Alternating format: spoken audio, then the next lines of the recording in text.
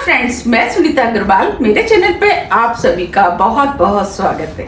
तो आज हम बनाएंगे बहुत ही ज्यादा टेस्टी रेसिपी। तो चलिए बनाना शुरू करते हैं। आज मैं आपको बिल्कुल सिंपल तरीके से एकदम क्रीमी और मिलाईदार साबूदाने की खीर बनाना बताती हूँ।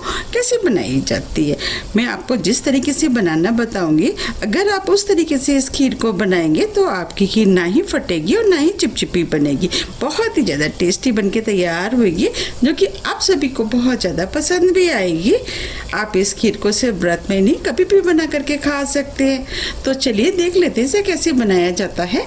साबूदाने की खीर बनाने के लिए ये हमने 1 कप मीडियम साइज का साबूदाना लिया है। इस साबूदाने को हम इस बाउल में डाल देते हैं। अब इसके अंदर हम पानी डाल देते हैं और साबूदाने को हल्के हाथों से हम धो लेते हैं, जिससे कि साबूदाने के अंदर जितना भी स्टार्च होगा वो निकल जाएगा। आप देख पा रहे हैं पानी गंदा हो गया है। अब हम इस पानी को फेंक देते हैं। साबूदाने के अंदर जो पानी था वो हमने फेंक दिया है। हमने आधा कप साबूदाना लिया था, तो अब हम इसके अंदर आधा कप पानी डाल देते हैं। अब साबूदाने को ढक करके 1 घंटे के लिए फूलने के लिए छोड़ देते हैं। 1 घंटा करीब हो गया है। अब यह साबूदाना फूल गया है। चलिए अब हम खीर बना लेते हैं। खीर बनाने के लिए ये हमने 1 लीटर फुल क्रीम दूध लिया है। अब दूध को इस पैन में डाल देते हैं।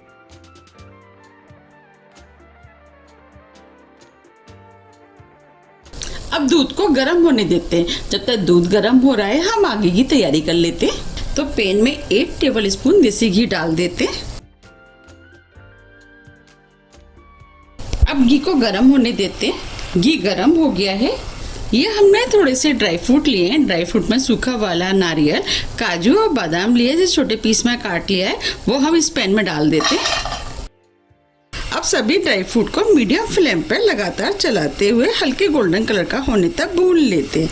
हम इस तरीके से जब ड्राई फ्रूट को भून करके खीर में डालते हैं तो खीर खाने में बहुत ही ज़्यादा टेस्टी लगती है। ड्राई फ्रूट आप अपने टेस्ट के अनुसार थोड़े से कम या ज़्यादा भी कर सकते हैं, या जो भी आपको ड्राई फ्रूट पसंद है वो ले सकते हैं। और इसी में हम थोड़ी सी किशमिश डाल देते हैं। किशमिश को भी सभी ड्राई फ्रूट के साथ भून लेते हैं, क्योंकि किशमिश बहुत जल्दी भुन के तैयार हो जाती है। अब ये सभी ड्राई फ्रूट भुन गए हैं। अब फ्लेम को ऑफ कर देते हैं और ड्राई फ्रूट को प्लेट में निकाल लेते हैं।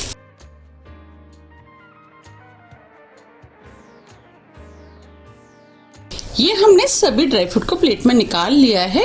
अब जो पैन में घी बचा है, जो हमने साबूदाना भिगोए थे, वो हम इस पैन में डाल देते हैं। अब इस साबूदाने को 2 मिनट करीब स्लो मीडियम फ्लेम पर लगातार चलाते हुए भून लेते हैं। भूनने से एक तो खीर का टेस्ट बढ़ जाएगा, और आपने देखा होगा कि जब खीर बनाते हैं खीर चिपचिपी बनती है और फट भी जाती है। और इस तरीके से जब हम भून करके साबूदाने को खीर में डालेंगे, खीर ना ही फटेगी और ना ही चिपचिपी बनेगी और बहुत ही ज़्यादा टेस्टी बनके तैयार होगी।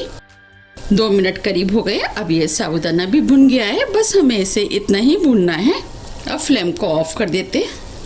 अब इधर दूध भी बॉईल हो गया है। अब जो साबूदाना हमने भुना था वो हम दूध में डाल देते हैं।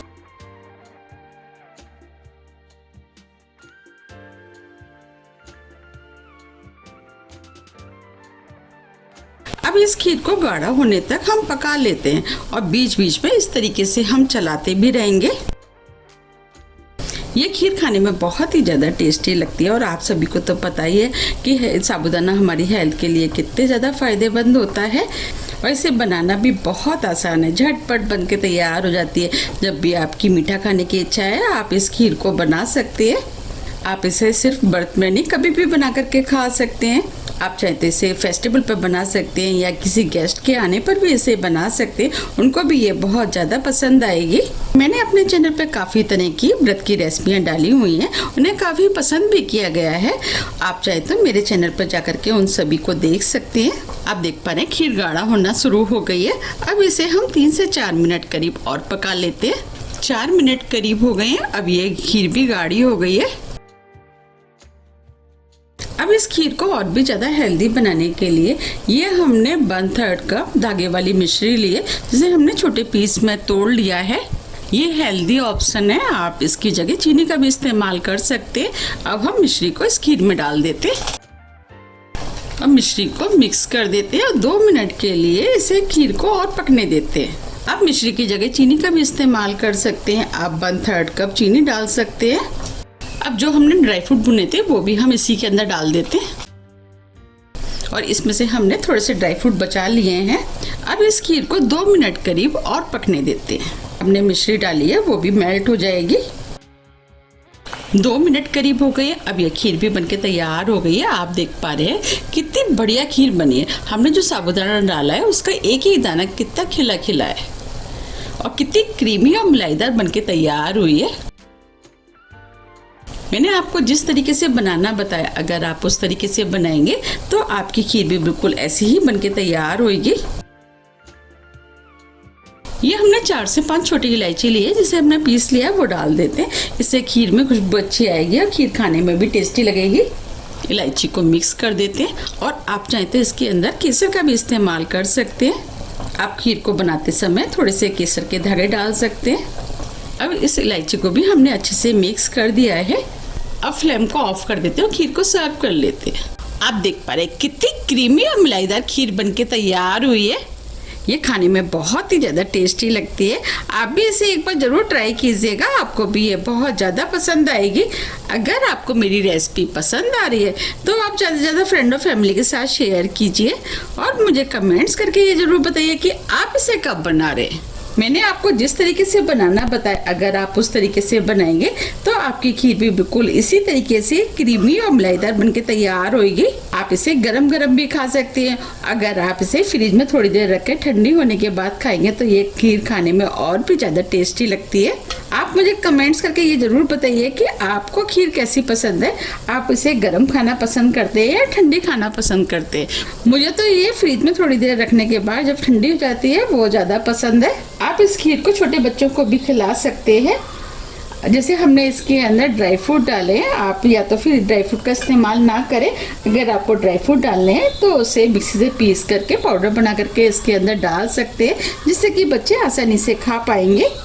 अब ये खीर देखने में और भी ज़्यादा सुंदर लगे, इसके लिए अब हम इसके ऊपर थोड़े से ड्राई फ्रूट डाल देते। जो हमने ड्राई फ्रूट बचाए थे वो डाल देते, थोड़े से पिस्ते डाल देते। अब इसके ऊपर थोड़ी सी हम चिरौंजी डाल देते हैं, उससे ये खीर देखने में और भी ज़्यादा सुंदर लगेगी। देखिए कितनी बढ़िया साबूदाने की खीर बनके तैयार हुई है। अब मैं आपको पास से भी दिखा देती हूँ।